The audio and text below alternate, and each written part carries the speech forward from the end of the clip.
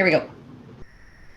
Hello, Angela Cote here, and I am so excited to bring you two rockstar females in franchising from a very successful and innovative brand, Livewell. We have with us today Sara Hodson, and she is the founder and CEO, and we have Michelle Dunbar, who is the franchisee in Bowmanville. She opened her franchise in July of 2020. So that'll be an interesting conversation where we talk a little bit about what that was like. And we'll get rolling. But I have to tell you something kind of funny. I've actually been to Bowmanville and I have been dog sledding in Bowmanville or in that area. Michelle, is that unusual? Yeah, we don't get a lot of snow anymore in Bowmanville. So I'm curious where you went dog sledding. That would be cool.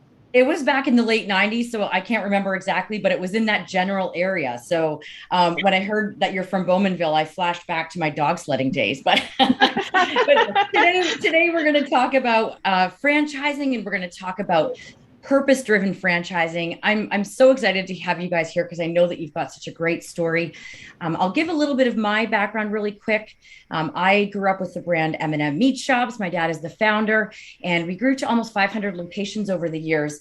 And I have to say, when I first started in my business now, advising franchisors, one of the first things I did was join the CFA, as my dad had always been involved and really raved about the educational opportunities, the connections, and the support that we got over the years from the CFA. So I'm really excited to have this opportunity to be the guest host and hear your stories. So is everybody ready to get rolling? Yes, we are. Awesome. All right, Sara, let's start with you as the CEO and founder. I'd love to hear a little bit about what is Livewell and what sets you apart from other seemingly similar opportunities, because on the surface, people might think that there's other opportunities similar. Pretty sure that there's not. So Livewell Exercise Clinic is actually in the space called medical fitness. And this is a bit of a gap that spans between healthcare and maybe typical or mainstream fitness. My background before Livewell was I was actually the coordinator of cardiac rehab. And so in working in a clinical setting, hospital-based, exercising people after heart attacks, a decade into that work, I really came to kind of a fork in the road. And that was I still passionate about the work that I was doing? Or was I maybe working in a system that wasn't able to provide the service to the people who I believed needed it? And I came to the decision that I really, really loved and was committed to the work, but it needed to be provided in a new, innovative way to a whole group of people so that all Canadians had access. And really, that is the concept that, exercise is health-based. And the majority of Canadians actually move their bodies for health benefit. Sometimes we don't even know that that's what it is. I was speaking with a lady this morning who said, yeah, and it's amazing because ever since I started here, I just sleep so much better. And I said, well, did you know that one of the things that we get from exercise in the first 30 days is improved quality of sleep? And she said, I had no idea. I just thought, wow, I'm sleeping better at age 72. She's like, but it's because I'm exercising. And so there's all these benefits from exercise. But as society, we've really tried to put exercise in the box of performance and physique. How fast can I run the marathon? How many push-ups can I do? And so we're a brand that is very much in the fitness space, recurring membership model and so forth, boutique fitness, small footprint, but serving a clientele that is not being served prior to Livewell, which was founded in 2011. So we're 10 years into our brand now.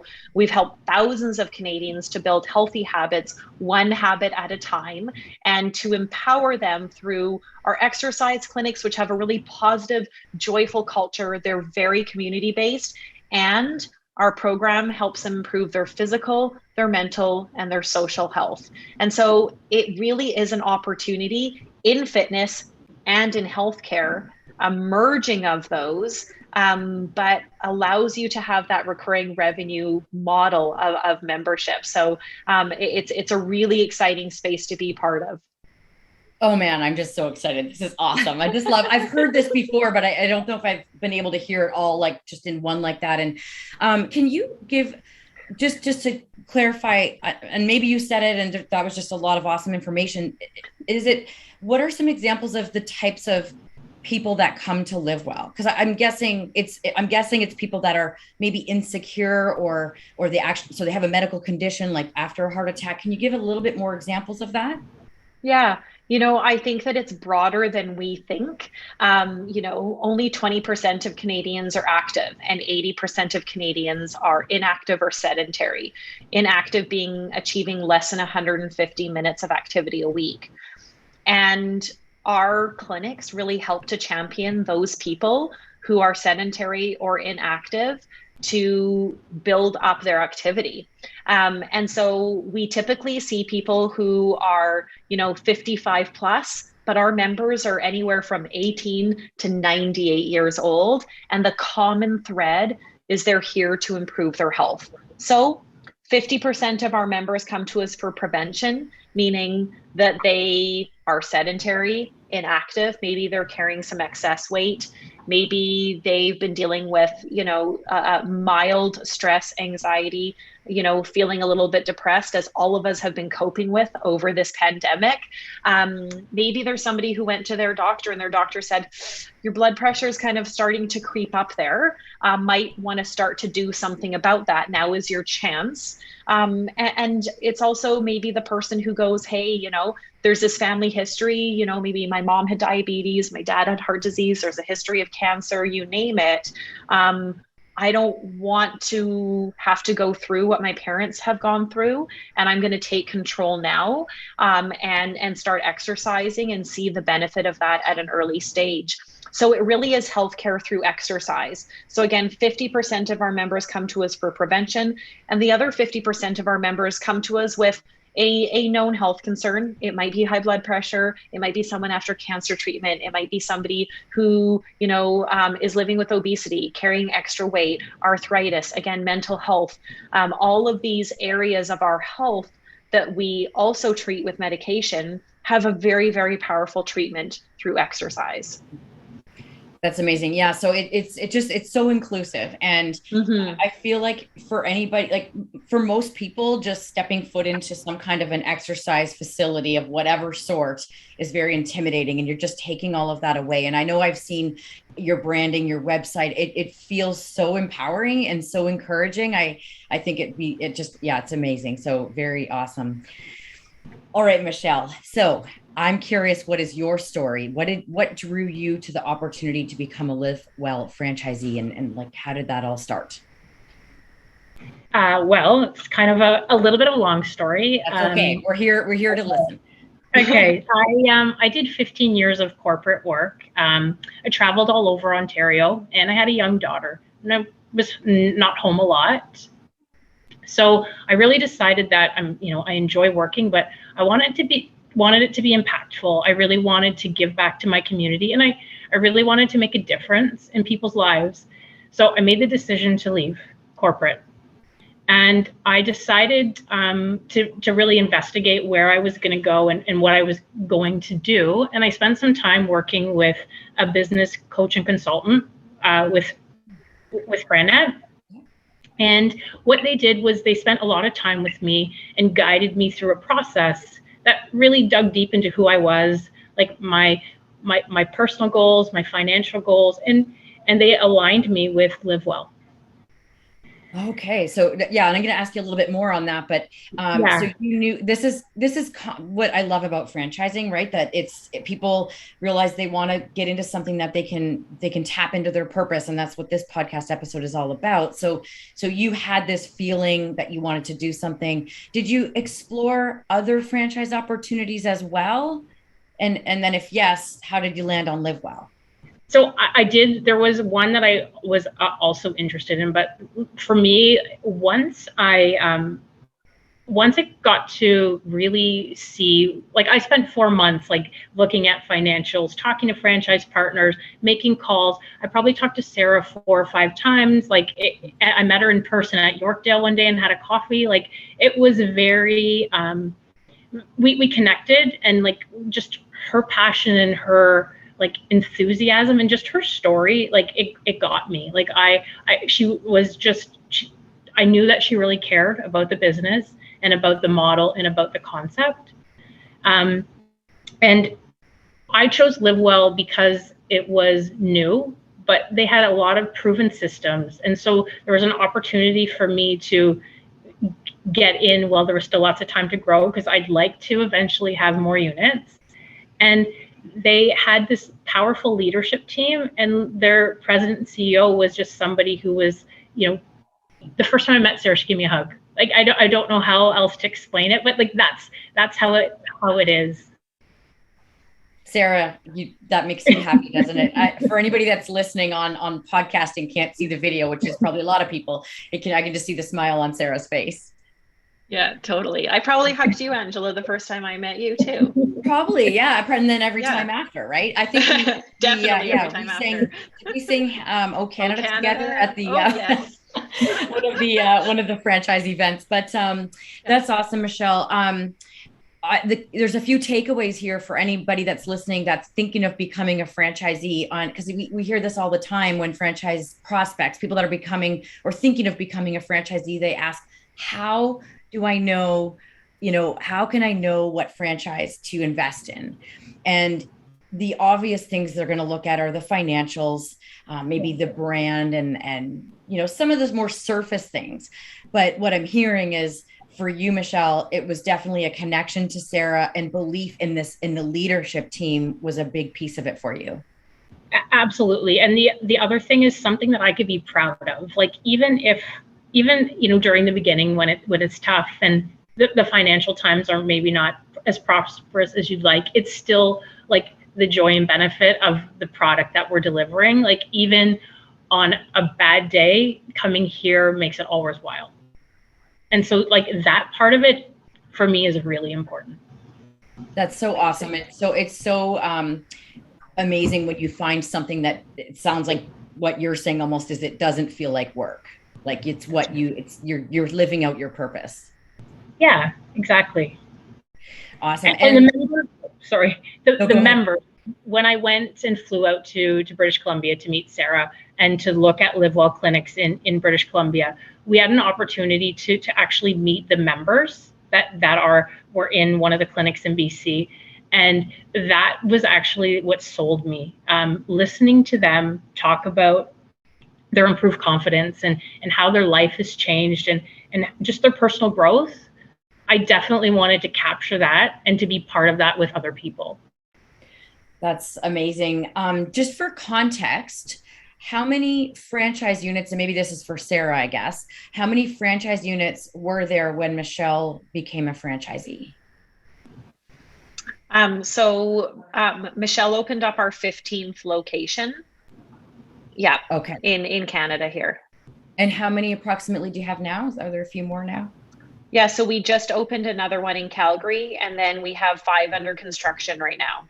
Okay. I just wanted to ask that for context, because another question that we often hear from people exploring becoming a franchisee is that if it's a newer brand, there's a lot of, like, there's pros and cons, right? Like, you're even though you have a lot of systems in place at 15 units, when you're at 300 units, you really have systems in place. But the downside is you don't have that ability to help sort of shape the brand a little bit. Like, you have more input. Your input, you can be more heard, and you get to really, get good territories. Like, there's a lot of upside to it. And being as connected as you are to Sara, not to say that at 300 units, you can't be you can't be connected, but it just gets a little tougher. So Michelle, is there anything within that you want to speak to about the benefits of getting into a brand early?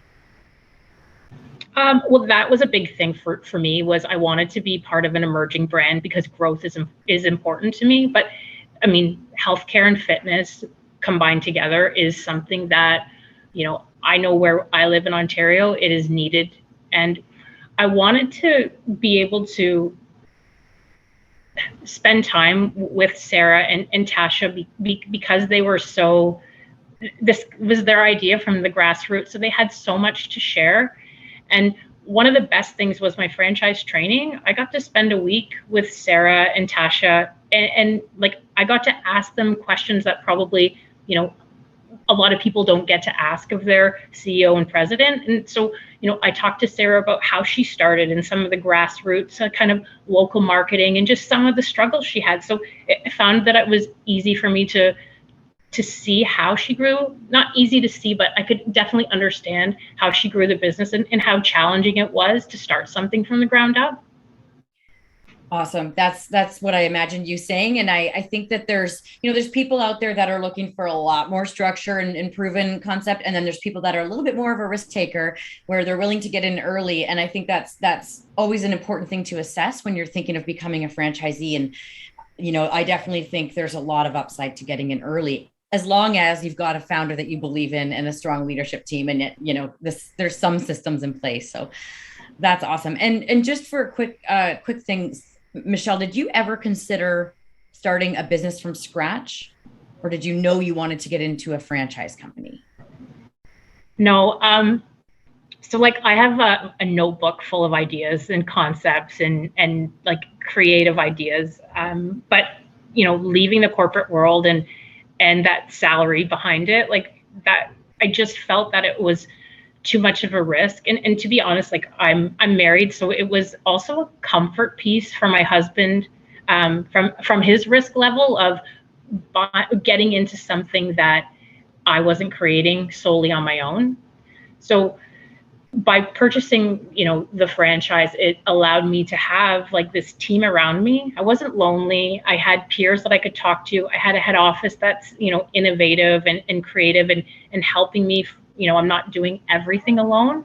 And then with the business, models and concepts that I could utilize, but I still had the free reign to run my business and be a part of it every day.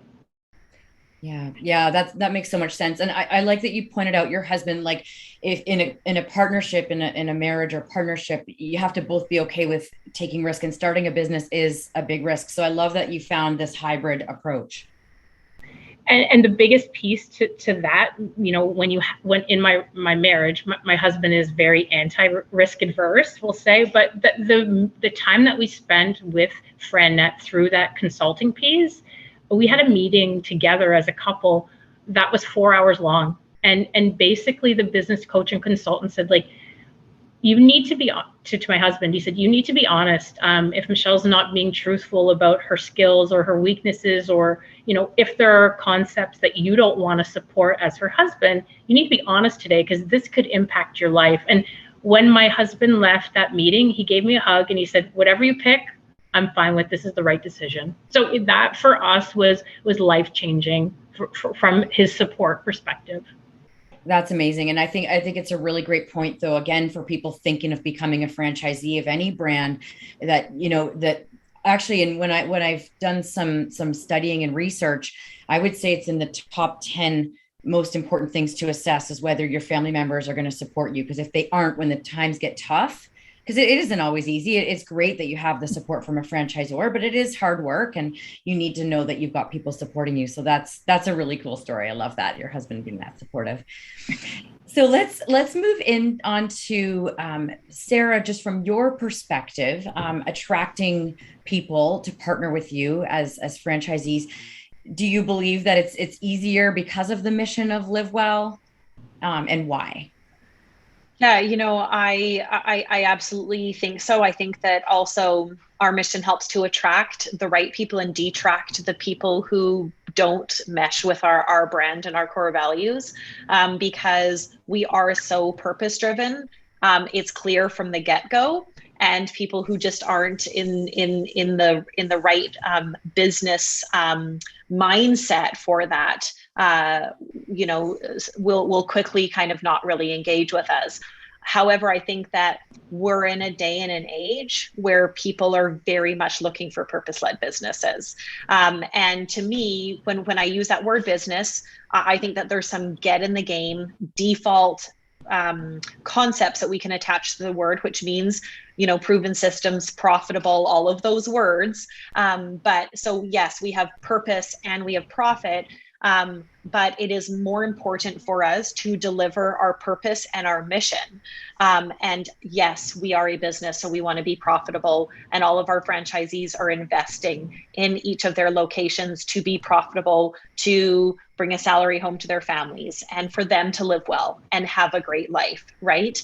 And so it is that balance, but especially the last kind of, year and a half, probably a little bit longer now, with the pandemic, people's mindsets have really shifted, and people, where they thought they had really secure jobs and so forth, found out they weren't so secure, and things changed very, very quickly. Things changed overnight, and a lot more people are looking to take control of their own future. But in doing that, don't want to just go back to kind of the same old 9 to 5, but really doing something that matters and that has a positive impact in our communities coming out of COVID, and that has some type of recovery for our economy, for our public health, for everything. And so I think that that's where our brand is actually becoming more relevant, more meaningful, and even more purpose-driven now than it even was, believe it or not, 2 years ago, 5 years ago, 10 years ago, right? Yeah, so it started out purpose driven, and then it's only more now. And that's such a great point about what people are, the mindset that people are realizing things. And I think it's just so awesome that it really is, it's that hybrid of you're being an entrepreneur. You're not by yourself though, as long as you find a good franchise and assess, the leadership team. When you mention purpose, it's funny because I often think that even a carpet cleaning, not to put down carpet cleaning businesses, because we do need those, a carpet cleaning or a window cleaning business, even those, I believe there's purpose in becoming a franchisee, in that you're providing job opportunities, right? Like you're providing opportunity for others in doing that. So you start out with, even that alone, and then look at what you guys are doing, that, making so much impact. And I love like the innovation of the business. There's a lot of franchises out there that they're really relying on, kind of fancy branding. You guys are living and breathing your core values and your purpose. And it's so apparent in the conversations we've had during this podcast, and then your website and your social media, like you can just feel it. So that is awesome. Another one of the traits that I see of a successful or high performing franchisee is passion. And it can be passion for the business itself, like what you're doing, like passion for people's health and mental health and physical health. But it can also just be passion for growing a business. As long as there's some degree of passion, I feel like that fits in with the purpose. Sara, on that note, what are some of the traits you've seen? I mentioned passion, but maybe you can agree with that or disagree, but also what other traits are you looking for in an ideal franchise partner, knowing that having those traits will help them be successful and a high performer? Yeah. So, just as I kind of stated, in the word business, I think there's some get in the game concepts that we could umbrella under that term. I think that, in terms of a business and culture and core values, there's some get in the game terms that we just have to assume, or, I would just say you simply shouldn't be in business if you don't have integrity, trust, compassion, those types of things. And so for us at Livewell, our core values are: we champion potential, we find the joy, and we're all in. And those core values really help us to identify the traits in our franchisees. Our franchisees, they really have to filter through those core values and align with us in order for them to be an ideal franchise candidate. And so, yes, some of that is, passion, somebody who really believes in the work that we're doing, somebody who really wants to make a difference, somebody who has a positivity, somebody who can overcome obstacles and show that, they have the resiliency to do so, to be adaptable, to bend and not break, right? Really the ability to not only have compassion, but I think have the ability to have empathy, because, for us at Livewell, our members, and I hear this often from people like, oh, well, you know, and if people don't want to exercise, it's probably because they're lazy or not motivated or this or that. And I would actually beg, you know, to differ on that, in that here over this pandemic, our members at Livewell have actually been some of the most committed members of fitness in the entire country. Our retention was very high in comparison to most other fitness companies. And why? Because our members fought really hard to get here, and they're fighting really hard to stick with it. They're definitely not lazy. They needed a place where their potential could be championed. And so we are, you know, fiercely protective of our members, their hearts, their minds, their purpose, their determination. And ultimately, we want that to filter up to where a franchisee feels that same level of commitment. And as the franchisor, we are fiercely protective of our franchisees and their commitment to the business, right? So for us, it's really about, you know, what are all of the ways that you champion potential, find joy, and that you're all in, and we can have kind of a process to evaluate if a franchisee kind of meets those core values. And if a franchisee doesn't meet one of them, it is an all or nothing approach, right? It doesn't mean, oh, well, you don't champion people's potential, but you sure find joy and you're all in. That's not going to work for our brand. Yeah, that's so good. And I love that you're that, like, this is the thing is, I think anybody that's looking at a franchise, if you know, you talk to the franchisor and they're comfortable not admitting, but acknowledging that you might not be a fit. And because you don't want to bring somebody in and they fail for their sake. Like, absolutely.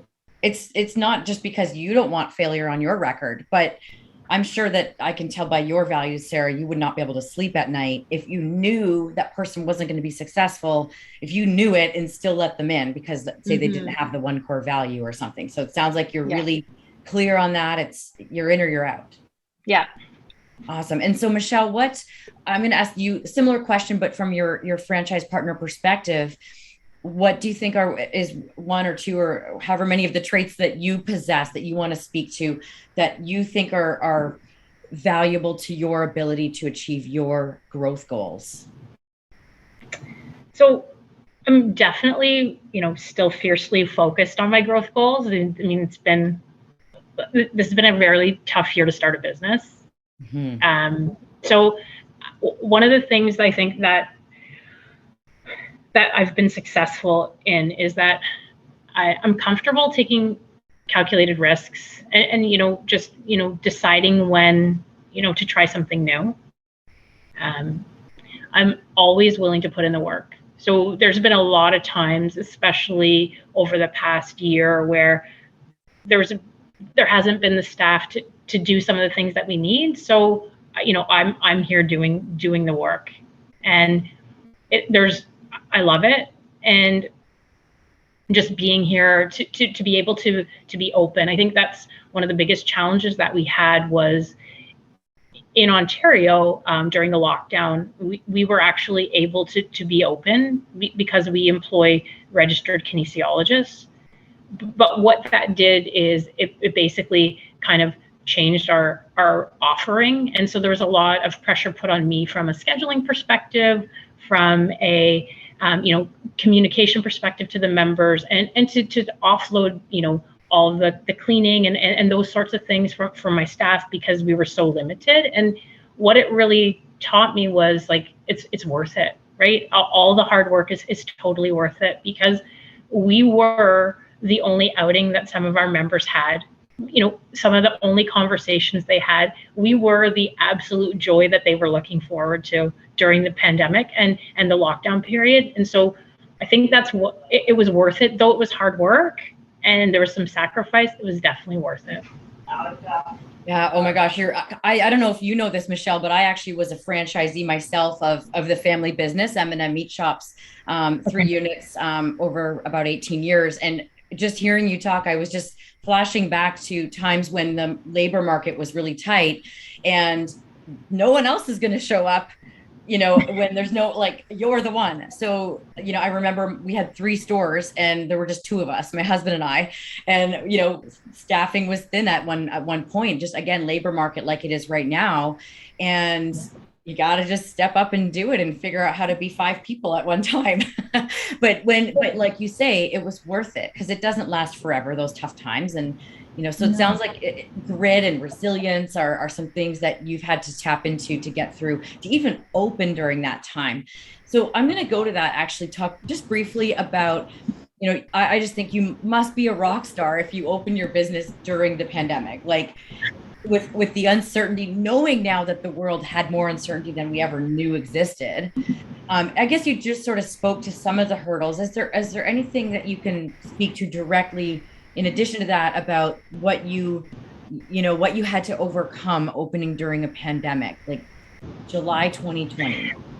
I think the biggest thing was the initial lockdown, like in March when it happened. So I was in Florida on March break with my family, and we got the call. I got calls continuously all week, but first it was about school, then it was, okay, you can't construct it, and all of these things just happened. And then it's like, these trade shows you're booked for, these lunch and learns that you've scheduled with doctors, like everything shut down in a matter of 10 days. So I felt really defeated for a couple of days. So good thing I was in Florida on vacation. But when I came back, I was able to kind of regroup, and I decided that as soon as we were able to construct, I still wanted to get my facility under construction, because I didn't know what the future was going to look like, but I knew that, with that stoppage, there was going to be definitely some difficulties probably getting construction done in the future, increased cost of materials and things like that. So I really wanted to move ahead with the construction. I also had leads on some really great staff. I didn't know that there was going to be a second, third, or fourth wave. So that part is definitely different. But I wouldn't change it. I absolutely wouldn't change it.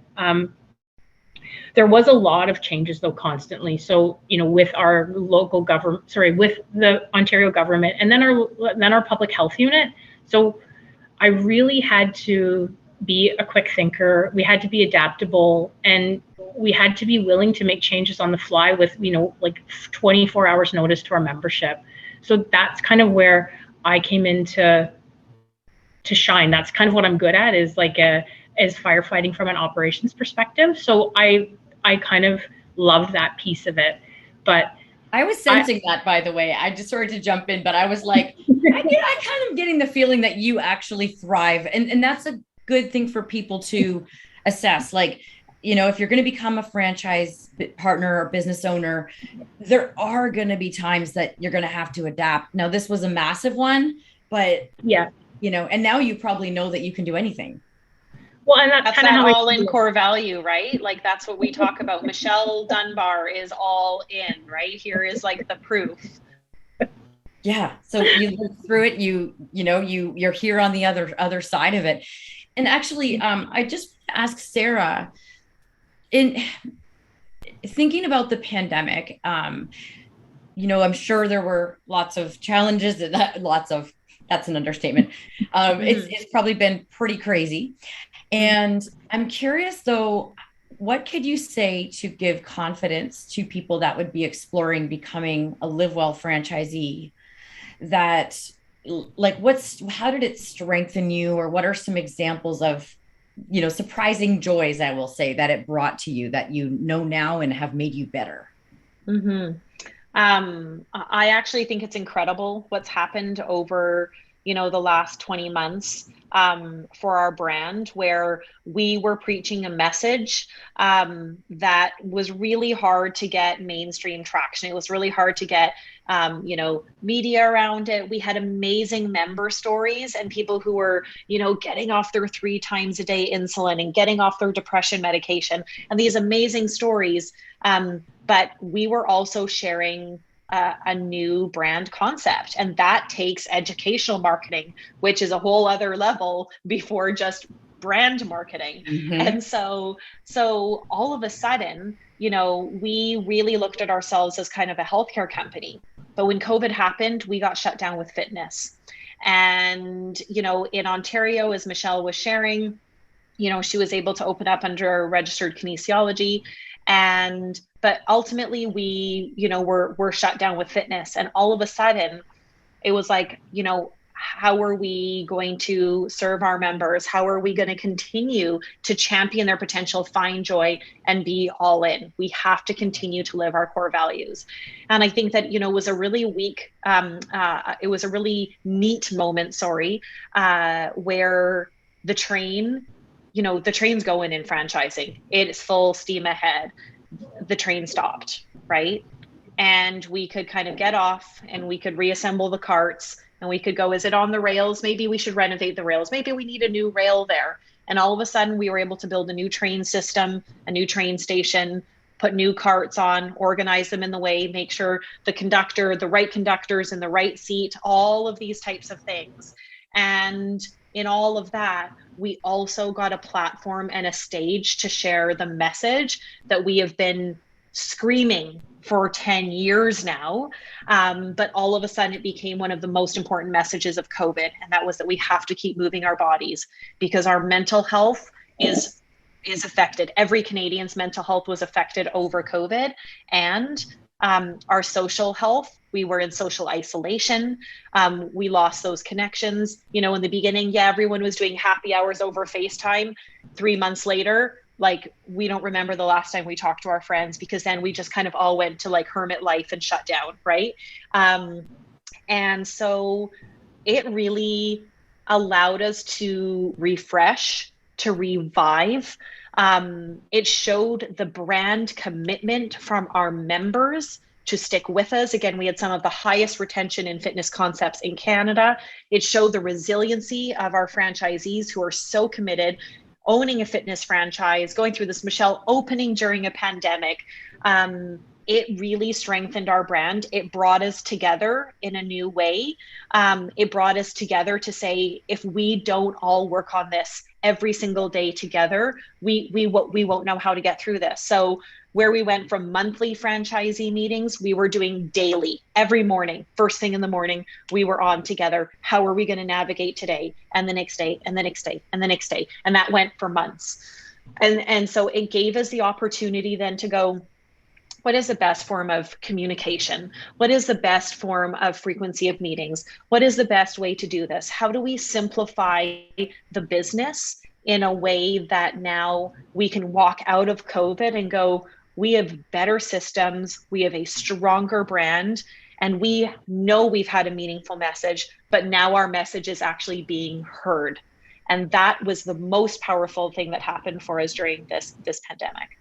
I have to tell you, when you said the message we were screaming, I'm getting a chill, and it just really hit me hard. I almost started crying. That's amazing. And so what you're saying is during that time, you weren't just sitting on a couch and watching Netflix and eating Doritos. Mm-hmm. Yeah, we worked hard, and we're really amazing. lucky in that we have, our brand has developed our own software from day one. And that was a key survival tactic of ours. We had our own software developers who were working tirelessly, constantly to adapt our systems and to meet our members where they were at.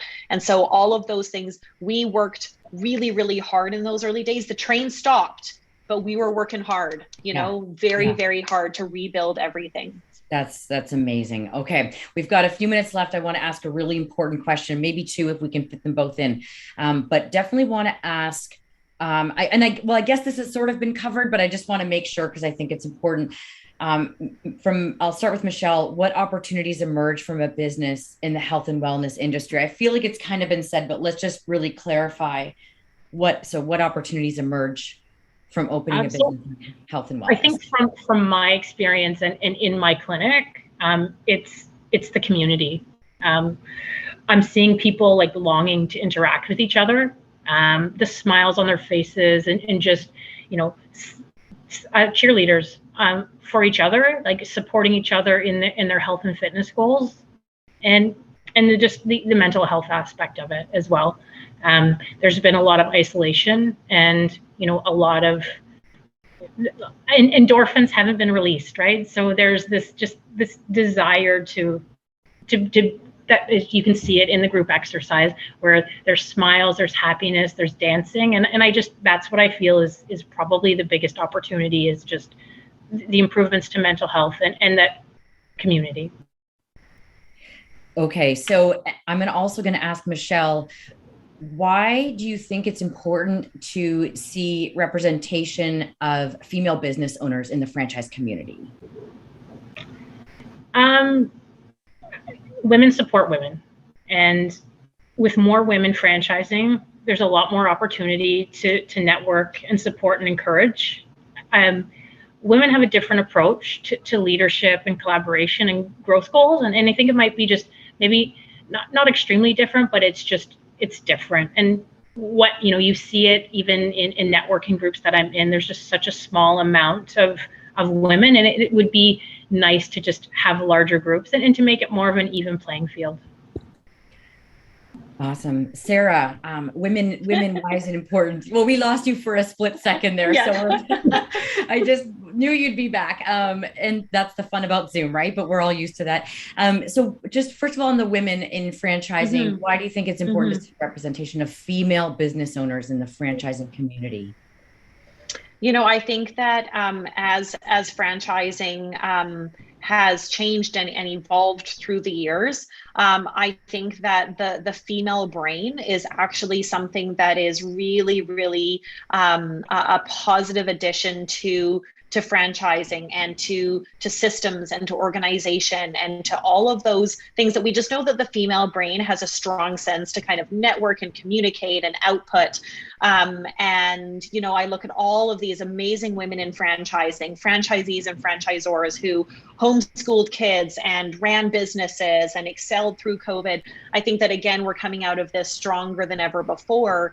And I think that there is an opportunity for more and more women to get involved in franchising. And I love what Michelle said about sitting with her husband and her husband saying, I support you in anything. That's so powerful. And Michelle took a leap. And I hope and I know that more women will take the leap that Michelle took, and they will become franchisees, and they will become franchisees of brands that resonate with their passion and that help them to live their life to the fullest, whatever that looks like. And it's a new day and a new opportunity. And I think that it's wide open for females in franchising. Amen. That was like a mic drop moment. I think I really agree with what you're saying. I think I use the word leadership. I think female leadership is incredible. I think that there's a revelation about it, that women have different skill sets, like you said, and why would we want to miss that opportunity? And being a franchisee, that's another one of the DNA of a high performing franchisee is the ability to lead. That, people think, oh, I'm becoming a franchisee. It's, the systems are there, but you're still a leader. So you're a leader for your staff, you're a leader in your community. And we know that, female leadership has its own traits and advantages. Just before we hop off, Sara, did you want to add anything, just because you froze for a minute there, just around the opportunities that emerge from opening a business in the health and wellness industry? I mean, we did talk a lot about the mental health aspect and the ability to affect change, but if there's anything you want to add. Yeah, I think that when we look at right now the health and fitness industry, and we look at the global data of what's going on in fitness, we know that fitness has been decimated over the last year and a half. We can't turn a blind eye to that or not talk about that.